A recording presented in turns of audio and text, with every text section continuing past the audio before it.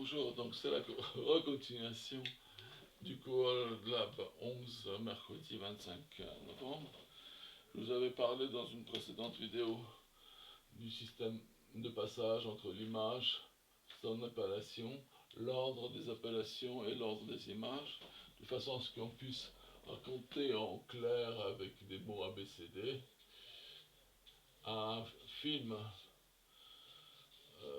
des séquences de films d'images qui pourrait expliciter un développement d'une construction, par exemple d'un point jusqu'à des droites et des plans et éventuellement même un volume, avec 4 lettres. L'idée c'est de faire un morphisme, ce qu'on appelle, entre la structure de l'image et la structure de la parole.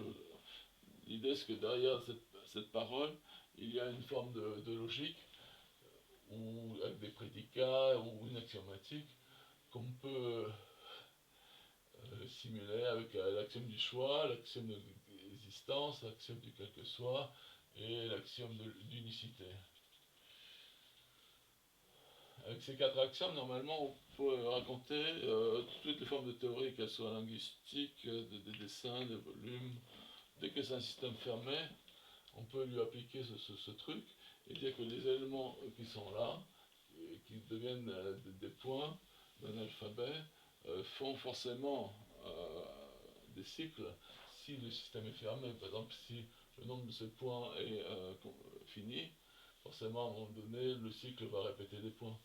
Et le point initial et le point final me donnent une sorte d'échelle, une mesure, et un peu comme les nombres de Cantor, on passe des nombres cartésiens au nombre de Cantor, c'est-à-dire on ne regarde plus le cardinal des choses, mais on regarde le numéro, l'itération de x. On ne regarde pas les x qui sont là, mais on regarde les x de i, j, k, de différents observateurs de ce x, i. Et alors si i donne i plus 1, donc c'est éventuellement impair. Si i donne i plus 2, ça reste pair, pair, pair, ou impair, impair, impair. J, ça permet de changer de phase, passer de l'un à l'autre, changer de i ou de point de vue. Et quand on donne une valeur à ce pauvre nombre i, un peu ce nombre complexe, en réalité ce serait un peu trouver la racine de l'unité. La racine moins 1, c'est u au carré égale 1, mettons, ou moins 1, et quelque chose au puissance quelque chose donne 1. Donc l'idée c'est que le truc bascule, bifurque, entre deux représentations, un peu comme chez Rothko. On a un carré rouge et un carré un peu orangé en dessous, et le tout est dans un même portrait ou un même profil, avec une séparation. C'est un peu comme si on engendre par cette opération la distinction entre une façade, et une coupe, une élévation, et dessous on puisse projeter sur un plan, avec éventuellement même une perspective, et sur cette perspective on peut focaliser sur une forme. Voilà, donc l'idée, on peut donner naissance à la forme à partir d'un système d'indices, d'itération, la structure d'itération qui serait soit l'addition comme un groupe interne, soit la projection ou le produit comme un groupe externe, c'est-à-dire si on multiplie point par un point, entre guillemets, on obtient une droite. La droite ne fait pas partie de l'ensemble des points, à moins qu'on réduise une nuage de points de 2, hein, pour la moitié de tous les points. Cette nuée devient un nuage. Hein, entre deux points, il existe un point. On invente l'axiome d'Archimède qui n'existe pas forcément dans les nombres de Cantor. C'est entre deux nombres, y a-t-il un troisième? Est-ce que, par exemple, dans écrit ABC, est-ce que B existe? Euh, Est-ce que B existe? Et donc l'existence de B nous donne en quelque sorte la condition d'apparition de l'axiome ici d'Archimède. Archimède. Peut-être même, de la même façon, ça donne le droit de composer, ça donne même l'idée de la réflexion qui induit le rebroussement. L'idée, c'est qu'on peut associer deux concepts à un seul et même dans une dimension suivante. C'est un peu comme si on remplaçait la force par l'énergie, et faisant travailler l'énergie, on peut oublier les forces.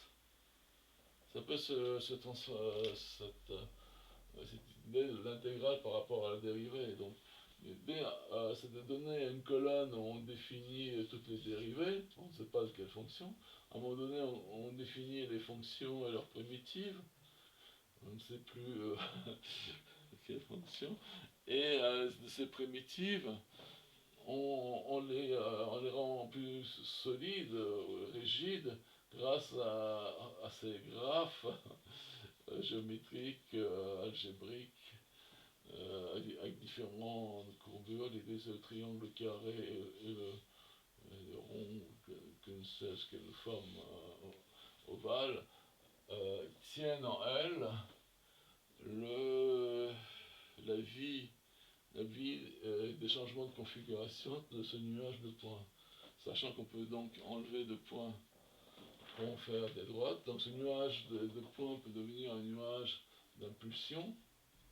Ce nuage d'impulsion, je le vois comme le plan de Miss Van der Rohe entre l'horizontale, les traits horizontaux et les traits verticaux de son projet, la connexion entre les deux me donne un espace soit carré, soit longitudinal, qui vont me donner la qualité du mur. Dire si ce mur est pas vraiment orienté, d'accord. On peut, quand on fait toute cette série d'horizontales et de verticales, on peut les orienter à jardin intérieur, extérieur. Et on peut aussi les intégrer, c'est-à-dire on peut trouver un plafond et un plancher assez, assez droite, ces petites droites, ces segments de droite.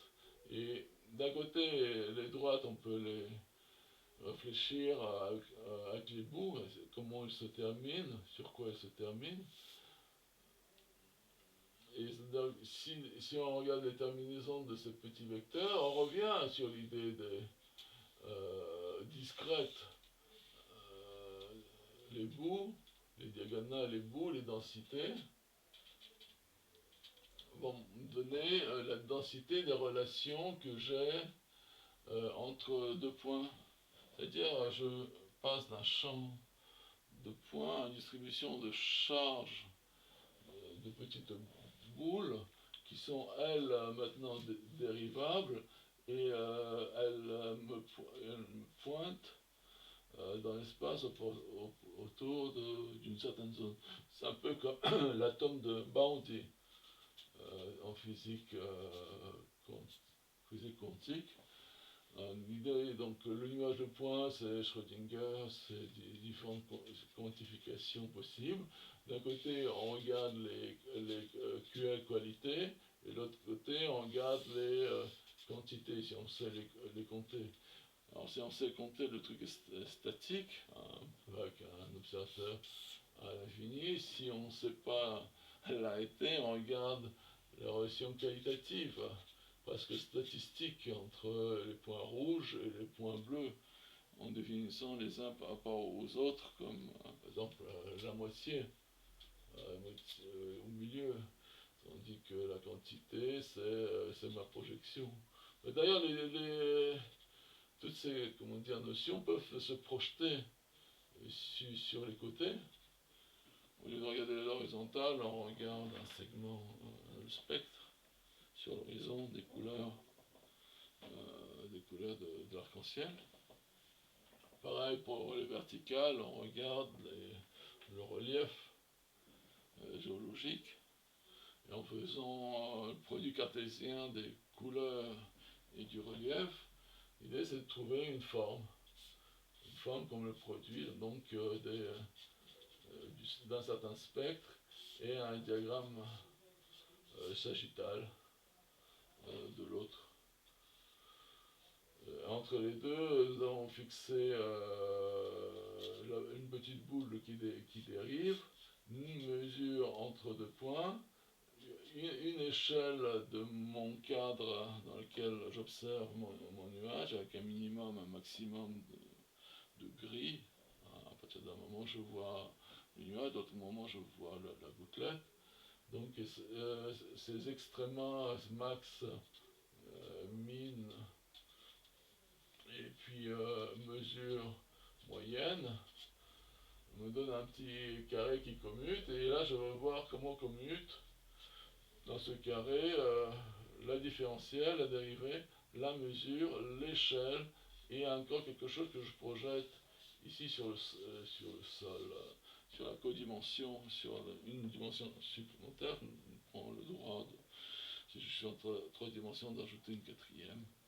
Je ne sais pas si c'est le temps, si c'est la transformation, si c'est la forme, si c'est la relation d'un point avec une droite, si c'est le torseur. Quand je multiplie une droite par une autre droite, j'obtiens justement un projet à la saharienne. Ce qui est bien, c'est justement notre étudiant qui a pris cette courbe et qui a qui a repris le tenseur de la courbe, est arrivé à un moment donné, et je le remercie au projet de cet interrogatoire saharienne. Donc, prenons. L'idée, c'est, oui, on décompose ces diagrammes en éléments singuliers, en opérations vraiment élémentaires, et en trois dimensions, nous avons, à part l'apparition et la disparition, le foncteur de Whitehead, que je trouverai en dimension 0, en dimension 3, nous avons l'homothétie, la multiplication par rapport à un centre tout gonfle. La rotation, c'est-à-dire on peut multiplier une droite par un point, et c'est là que normalement elle commence à tourner. Une autre en deux dimensions ou en trois dimensions. Et on a un truc, une transformation naturelle, une translation. Ce qui était là, je peux l'ajouter là, mais il faut que j'efface ce qui est là où il était. Donc soit je déplace mon enveloppe, soit je reconsidère le noyau ailleurs. Et c'est un peu comme dans le problème de nouveau entre deux mises en zéro, entre l'enveloppe et le noyau qui est le truc qui partitionne l'espace en quatre. Mais on s'est dit que ce noyau peut tourner. Si le noyau tourne, pour la même enveloppe, elle va plus tellement diviser en 4, mais elle va diviser en deux parties. D'accord? Mais on peut aussi imaginer que le noyau ne bouge pas, et c'est l'enveloppe qui tourne, et de la même façon, on partitionne le projet. Mais dans ce cas-là, si l'enveloppe tourne, on a une autre configuration, c'est-à-dire que le projet peut être mis à la verticale. Et dans ces cas-là, sur le noyau horizontal, pour des trucs très fonctionnels, il se partage en plusieurs étages, ou en plusieurs marches. Donc, la transformation ou la rotation de l'enveloppe n'est pas forcément la même opération que la rotation du noyau fonctionnel dans cet espace AB de Mies. AB de Mies que je transporte par analogie au projet ABCD de Lewis Kahn. Quand Lewis Kahn nous parle de son espace servi et de nos espaces servants, en mettant A tout ce qui est circulation verticale des fluides, B éventuellement les escaliers, la lumière, et là c'est l'espace que l'on vit. Euh, Nous avons entre Mies et Louis Kahn cette analogie. Donc si le noyau, on change l'orientation par exemple la lumière, là, à la lumière, on peut voir un peu le contraste chez Tadao avec les murs en béton très foncés d'un côté et très clairs de l'autre, et la proportion est donnée par l'ombre, le clair obscur du personnage qui se promène. Et alors là devient le troisième discours qu'on essaie d'accrocher, et c'est le cours normalement d'aujourd'hui, mercredi 25, c'est comment le modular, et on peut projeter tous ces effets architecturaux aux petits personnages lambda qui se promènent, avec un point de vue alpha et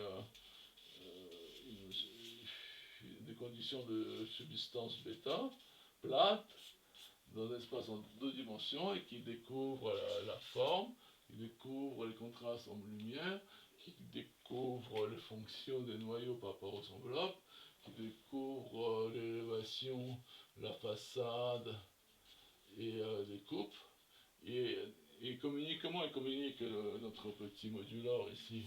Par les proportions. Donc l'idée c'est que les proportions du modular à multiplier par un certain lambda dans un certain phi, dans une certaine phase, vont me donner des projections. C'est-à-dire même mon ombre peut se projeter sur la façade. Donc soit je me projette sur la façade à partir d'une petite pipiote, soit c'est le soleil qui se projette dans mon espace et j'y trouve mon compte en cherchant un point de vue. Donc de là à trouver les points de vue en stéroscopie, en stérophonie, en stroboscopie,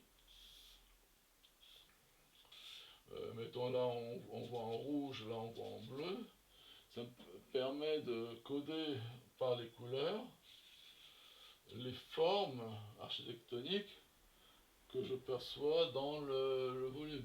Pour moi, chez Le Corbusier, l'intérieur, il le représente avec des couleurs, et l'extérieur, c'est une forme très ascétique, noire et blanche, sujet au contraste de la journée. Donc juste avec, de nouveau, ces 4-5 éléments à partir d'un point.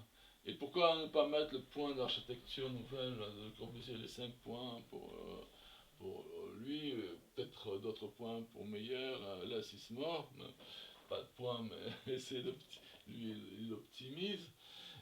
Et on peut aller comme ça de Baragan, Miss, Corbu, Kahn, Wright. Avec Wright, c'est le paysage peut-être qui est en premier, et dedans il installe sa maison sur la cascade, ses éléments dans la prairie, avec tous ces dégradés de rythme pour venir s'asseoir ou se tenir dans ce paysage. D'accord? Alors ce qui était intéressant, c'est que pour revenir à l'applicatif, pour le vecteur, pour la ligne, elle s'arrête, même chez Simonet. Est-ce qu'elle s'arrête à Roland Simonet, l'architecte du musée Picasso, avant l'autre ligne où elle la traverse? Donc cette relation mur-mur a une relation sur les points et a une relation au-dessus sur le plafond et le plancher. Et le plafond et le plancher, les deux murs, machin, se referment, ça me fait un volume clos, et la forme volume est aussi contrôlée par ce qu'on appelle un simplex, par une permutation des points dans cet espace, et on peut classifier, et sur cette classification agit l'architecte. Il a ses classes dans lesquelles il agit. Classe et catégorie un peu plus loin, et éventuellement même sa vision de cet assemblage d'architecture. qui peut être, par analyse spectrale, avoir une sorte de signature. Donc on peut presque, tout à fait, avoir une signature un peu comme pour chaque écrivain, le nombre d'emplois de tel ou tel mot, de phrase, de lettre, de rythme, dire qu'il est unique, dans la probabilité d'emploi de la statistique des lettres employées. Pardon. Pareil, pour un architecte, on peut faire la statistique de ce qu'il emploie comme poteau, mur, volume, et le décrypter. Ça c'est une chose, mais de là à utiliser le nombre de ces... faire un projet à la façon de Corbusier, mettons, on pourrait trouver les textes de Johnny Cohen, architecte Kagan, ou des autres architectes qui font du néo-Corbu, mais on peut aller peut-être plus loin, c'est refaire vraiment Corbu dans ce qu'il avait d'intuition architecturale, et essayer à notre époque, par d'autres matériaux, pour qu'il arrive de la ville à Savoie au couvent de Tourette et à l'église bon, de façon beaucoup plus détournée ou plus directe. Voilà, donc l'idée c'est encore l'idée, c'est qu'on a un formalisme comme ça de matrices à 4 niveaux qui peuvent aller d'un nuage de points à une sémantique. Sémantique, définition qui peut avoir même sociologique, politique, culturelle de son action d'architecte dans ce site. Et on va plus loin, on va jusqu'à la construction de la ville, de la cité, et décomposer, peu importe, quel que soit l'architecte, ou vivre le nombre d'architectes différents pour construire cette ville avec cette skyline et toutes les particularités dans les places, les rues et les accroches, les anecdotes que peut contenir une ville comme Paris. Alors peut-on refaire Paris en 10 secondes avec un algorithme? Peut-être. À vous de me le dire.